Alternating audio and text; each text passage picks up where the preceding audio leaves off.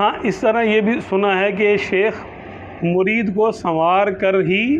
پیارے حبیب صلی اللہ علیہ وسلم کی بارگاہ میں پیش کرتا ہے۔ تو کیا مرید جب تک سنور نہیں جاتا وہ پیارے حبیب صلی اللہ علیہ وسلم سے کوئی رابطہ نہیں جوڑ سکتا؟ بالکل جوڑ سکتا ہے۔ دیکھیں امتی ہونے کی حیثیت سے تو سب آزاد ہے نا، کہ جس نے کلمہ پڑھ لیا اس کا ایک تعلق تو کلمے کی وجہ سے قائم ہو گیا نا سرکار صلی اللہ علیہ وسلم کی بارگاہ میں۔ تو امتیوں کے لیے تو یہ ہے کہ تم اس کے مددگار ہو، تم اس کے طرفدار جو تم کو نکمے سے نکما نظر آئے۔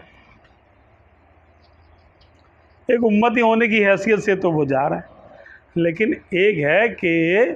خادم خاص کسی ڈیوٹی کے لیے اس کو لے کے جا رہا ہے۔ اب پیر جو سنوارے گا اور اس کے عیب دور کرے گا وہ امتی صرف محض امتی ہونے کی حیثیت سے نہیں کرے گا،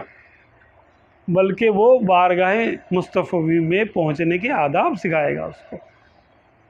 کہ وہ دربار عالیہ اتنا بڑا بلند بالا پاکیزہ ہے کہ وہاں بغیر سنوارے سجائے کسی کو لے کے نہیں جایا جا سکتا۔ ایک دربار عالیہ اور ایک دربار کے باہر محل کے باہر پورے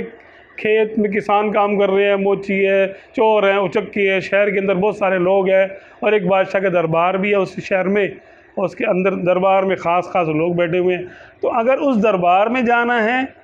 تو پھر نہا دھو کے آئے گا بندہ، طریقے سے تیار ہو کر آئے گا،